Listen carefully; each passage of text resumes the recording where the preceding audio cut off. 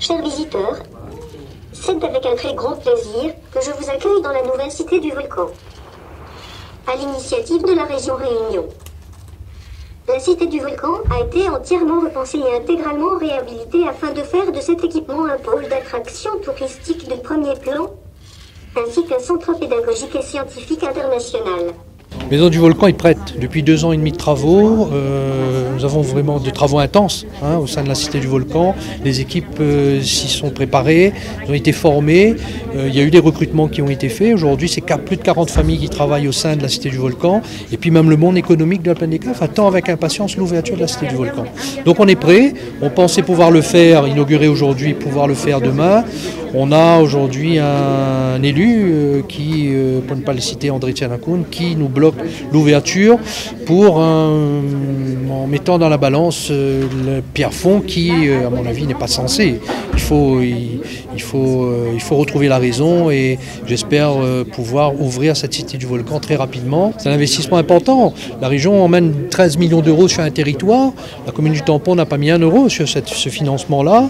Et c'est que du bonheur, c'est que du bénéfice pour les tamponnais, pour les gens de la Plaine des Caves, pour la Réunion. Mais avant tout pour la Plaine des Caves. Nous avons besoin de cet outil-là si on veut développer l'emploi. On était vraiment ravis que la cité du volcan sorte de terre. Ça fait 2 ans et demi qu'on l'attend.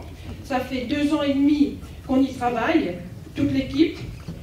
Et vraiment, on est attristé parce qu'il arrive, aujourd'hui, on nous annonce que on n'aura pas notre ouverture musée et notre travail est quelque part compromis. Je remercie à titre personnel le président d'avoir réactualisé l'ancienne maison du volcan et d'en avoir fait quelque chose qui sera vraiment une vitrine mondiale. Et pour moi, peut-être le plus beau musée du monde. En 92, c'était un musée ultra moderne par rapport à ce qu'on voyait ailleurs, avec des bornes interactives partout. Mais bon, et puis à la longue, il faut faire évoluer.